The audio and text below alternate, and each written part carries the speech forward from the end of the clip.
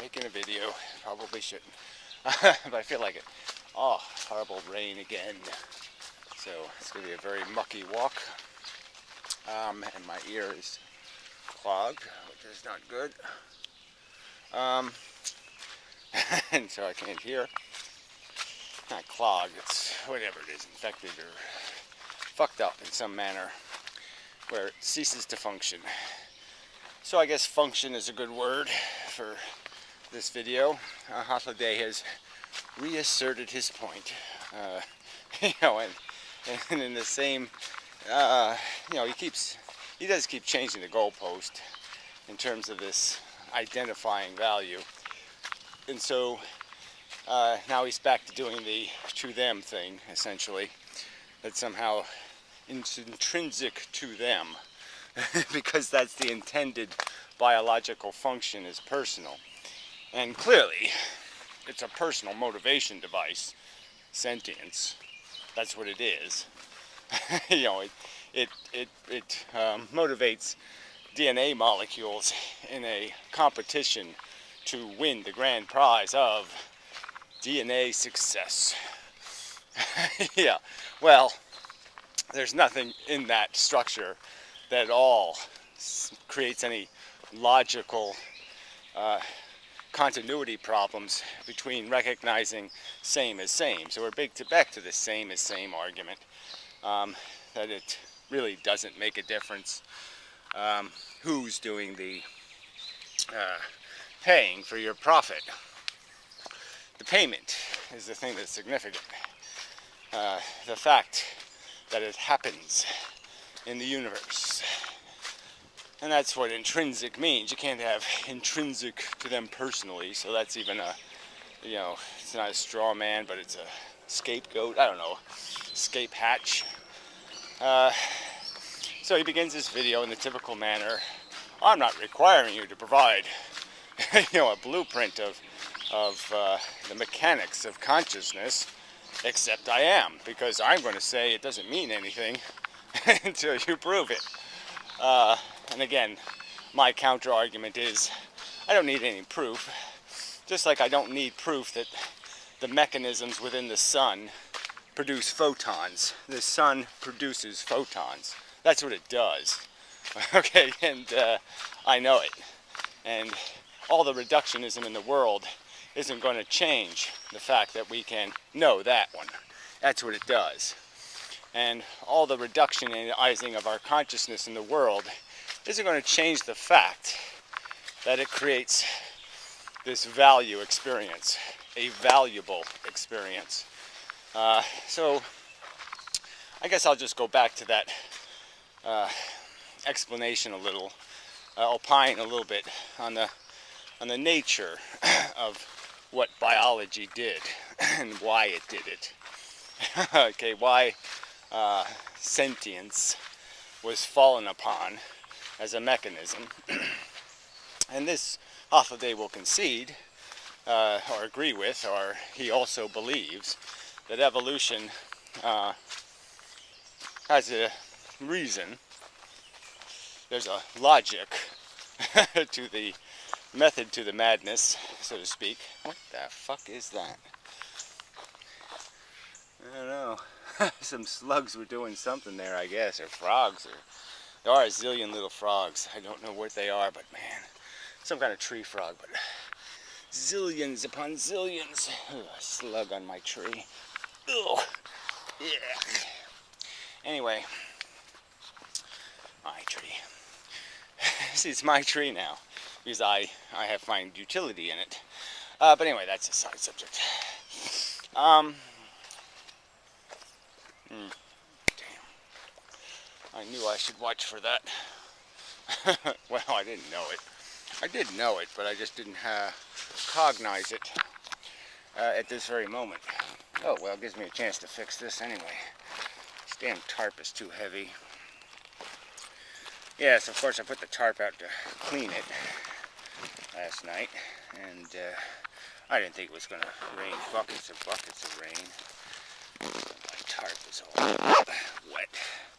It's a canvas tarp, you see. So anyway, there are rules to how the fact game works. So evolution is this process of reward, in a sense, and punishment for modifications. Organisms will be rewarded with reproductive success, which isn't necessarily, in my opinion, much of a reward. But anyway, let's call it a reward for, through whatever method, acquiring an alteration in their construction conducive to survival and replication more precisely, more directly. And again, the art of replication is an art, so to speak. There's a certain complexity to being successfully replicated in certain environments. In certain environments, the tools are really simple. In other environments, you have to have very nuanced tools because you can't create too many of you or you decimate your food source.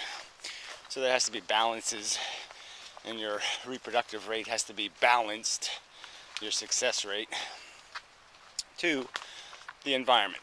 There has to be a regulator, and if there isn't a regulator, your kind probably won't survive very long, because there will be periods where that regulation is acutely important, and such. So yeah, we have a consciousness because it creates the method of reward and punishment. It creates the syndrome. It creates the sense of the whip and the carrot, a sense of value. And so nature synthesized value to make us as organisms pursue reproduction and food and physical health, protection of the body. So it gave us a mechanism, sensation, feelings, to oblige us to be obedient to the replicating thing, to do what's required, to make it valuable to us.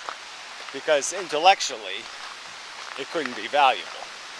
Logically, it couldn't be just valuable on its own. We would have to have an incentive. And of course it made those incentives personal, because that's all it can build is personal machines. And sometimes it builds some social dynamics. You know, it gets a little less personal and gets nepotistic or familistic, nationalistic, gangistic, tribistic. We have that built into our psychology clearly also. We tend to become affiliated with mobs, and mobs that tend to be like us. So I see some Nietzsche documentary, and they made some line about that where Nietzsche lamented, you know, not having a cult. I mean, he didn't use those words, but same thing, you know, and how lonely, you know, his life as the superhuman was going to be, because all these meager humans, you know, weren't up to his level. And, you know, he really wanted an audience. I guess that was that whole Zarathustra thing, was really just a metaphor for his own pilgrimage, his own struggle to find somebody willing to listen and willing to be improved, you know, by what he was saying, quote unquote. Ironically, his last sane moment, you know, for the guy who mocked and scorned at those who showed compassion, were dissuaded or compelled by a perception of harm in the world, was apparently hugging a lame horse. Yeah, off to the booby hatch. So, who knows what Nietzsche's really last word on the subject would have been.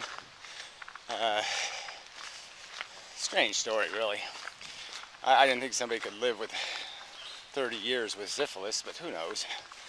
I don't know what his ailments were, but, you know.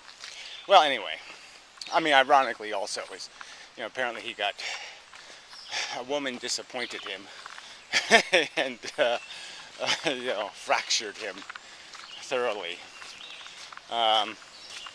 And so I'm not too sure at that moment he would have been saying that what doesn't kill you makes you stronger stuff.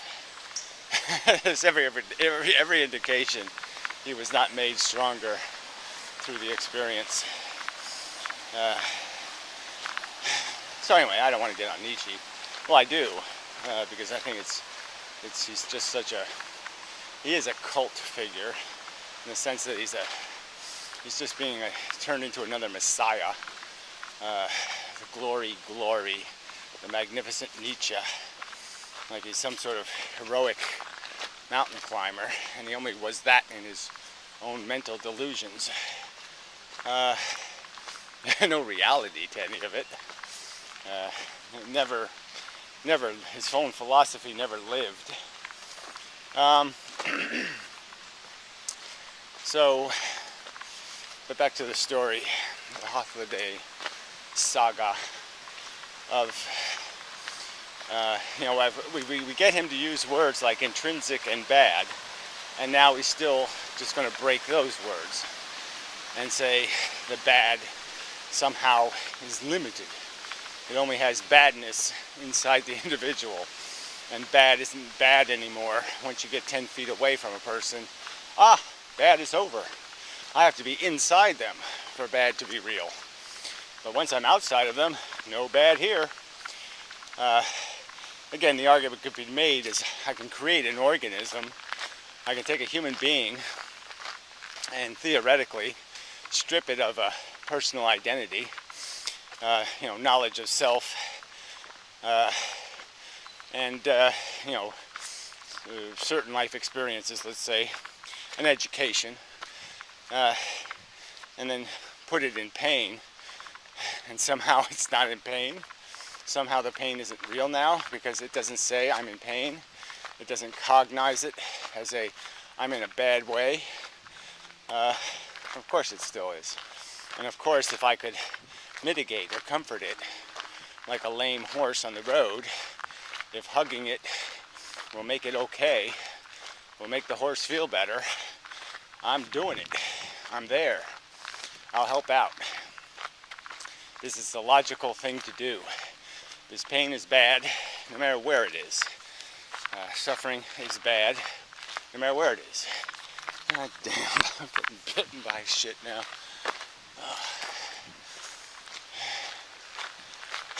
Yeah, there's just so many, I mean, it's just so many thoughts that come to mind as you live through your life, and you know, obviously, I'm conveying some of those. You know, and just the weird edge you do walk, you know, where in some respects this is a perfectly lovely day, and it's just a couple of little irritations, you know, that just throw it all off. And I guess I wanted to kind of metaphor the syndrome of consciousness. Damn, these horseflies, the little fuckers. That one is going to leave a mark. He'll probably come back to life. They are zombies. Goddamn horseflies are the most zombie insect ever made. You know, you really do have to cut their head off or something to kill one. A few crushing injuries just won't slow them down much. So the metaphor, Hafliday's argument of this reductionism where he believes once it's all the way reduced, I think he really thinks it turns to nothing. It's like it never happened. Suffering is a lie. Our brain tells us. And doesn't, I'm saying, yes, of course it's a lie. It's a synthesis. It's a fake value. But in this world, a fake is as good as a real thing. There's nobody, there's no rules of, you know, there's no in testing. And the fact that you're not testing, yeah, any fake will do if it mimics all the necessary components. And it's mimic all the necessary components. I'm experiencing it. I know from experience. It's one hell of a mimic. Value. It's one hell of a non-reality. It's pretty fucking real. No doubt about it, from my perspective, that you're not going to unravel that with knowledge. Knowledge will not make you see suffering as a non-event. That's my prediction. So anyway, I mean, I don't know if that's a debatable subject. I mean, he'll have his opinion, I'll have mine, and I guess we're just stuck with him. I just can't see any way you can undo it. So I metaphor it to like a violin. It's just wood, it's just strings. I pile a bunch of wooden strings on the floor, and I pluck, say you pluck a certain amount, you're not going to get a beautiful sound. And it's only when you appropriately arrange the wood and the strings that you get the resonant frequencies engaged, and you maximize the focus. Oh, shit. That was not good for my back. The focus of the energy. So it's like a magnifier. And I would argue that that's what consciousness is doing. It's creating a lens of kind, a filter. And it's magnifying, it's optimizing a vibration, a syndrome. It's like oscillating wheels. If you do mechanical stuff, sometimes you know that something can look like it's spinning perfectly round, but it's not. And if you hit at certain speeds of a spinning wheel that's a little bit eccentric, all of a sudden the thing will wobble to pieces, because all the resonant vibrations will be keyed at certain frequencies, and they'll magnify the effect because they won't cancel each other out.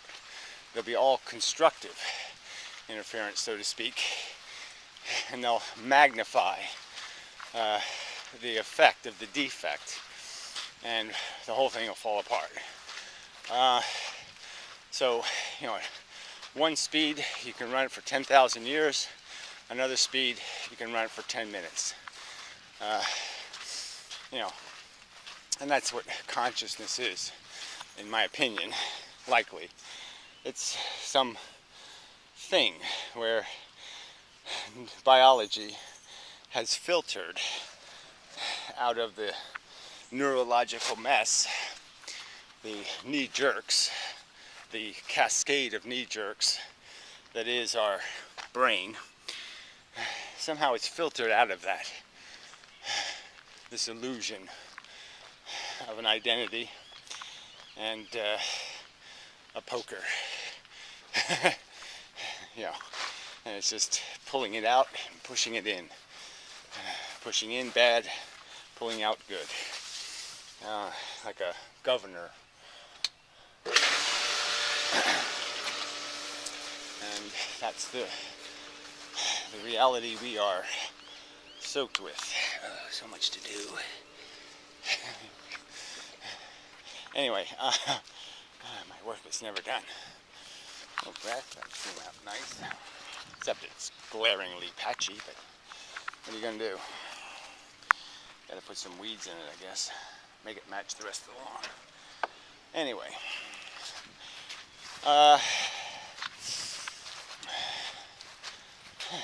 Funny. They're not daisies, but they're, I don't know, they look like daisies, except little ones. Yeah, call them faux daisy, right? It's just the same. They're still flowers. So, okay, maybe they're not real daisies, but close enough. Might as well be. And that's what this value engine of a brain is. Might as well be a reality because it's doing everything real things do. It is creating experience. It's creating a detectable phenomenon. We're detecting it. We are the detector. In the sense that we're not detecting anything real, doesn't matter. We're the instrument doing it. And you know, it's just so complex. There's so many ways to metaphor it, but in a way they do resolve the issue. They resolve this dilemma that somehow we have to concede because it doesn't have what we can see as a appropriate moving part that it still has function. It's kind of even just thinking about the heart as a muscle, as a machine. And yeah, these biological instruments are just so efficient, you know, because they've had millions, billions of years of evolution to perfect them. And you know, our heart's amazing, you know, what it produces with a little glucose and some electricity, and the whole way the electricity travels across the mechanism, you know, and it's just, you know, the physics of it, the creation of ions, and then the reneutralizing of the ions, and it's just, you know, it's incredibly delicate physics for something so durable, something so reliable. And it's just been tested over time. And the mechanism of this whip and carrot has been well tested over time. So we sort of have a concession from Hofstadter that the whip and the carrot exist, and now all he's saying is, logically, I have no obligation to recognize it's bad when somebody's being whipped. And that's what I would say, just too easy to defeat as an argument. Because we experience it. There's no way you could not know it's bad because you experience the badness. There is no reason or logic to believe there's somehow a difference, or that somehow matters, that it's not bad when it happens to somebody else. There's nothing. I can't find anything. I can't find any logical reason to negate badness as a concept and say the badness of what I feel extends nowhere. It has no reality in the universe. That the universe, if it had some mission, it could torture me without consequence because it's only happening to me. Well, the universe couldn't do it. Another human being couldn't do it. That wouldn't make any sense. And certainly another human being couldn't do it. And that's where we get to the subject of ethics.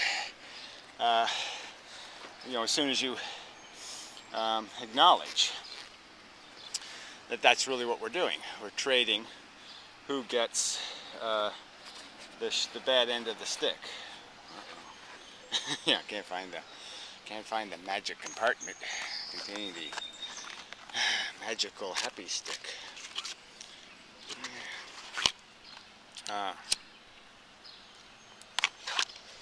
So it's really brightening up a little, but more rain coming. Can't really explain how much rain there's been. It's an unexplainable amount of rain. I mean, when it rains, it's not like it does a quarter inch, you know, it just keeps piling up, a half inch here, another inch there, another half inch, another inch. It's just a tremendous amount of rain in the last 10 days, 15 days. So everything's just, you know, muddy. Yeah, I don't like it. I prefer not muddy. So the swans are gone, so I guess they weren't imported. I thought they might have been. In the town used to, they had a couple of their own swans and they would clip their wings. And so they were here for years and years. But no such luck this time. You can see how shallow the water's getting. Look at the stick got stuck there. It's just sitting there in like a foot of water. So it's really gotten full of mud because they don't do what I told them to do. See that bridge there? They spent $70,000 for that bridge. And, I proposed that they put a dam up there, a little one. And, and then they could just dredge the other side. They could just keep pulling the mud out of the other side. And it would be so much, they could just keep doing that a little bit at a time. They wouldn't have to get environmental permits and all this kind of shit. They could just scoop out some crud every now and then. And the settlement would all collect back there instead of in here.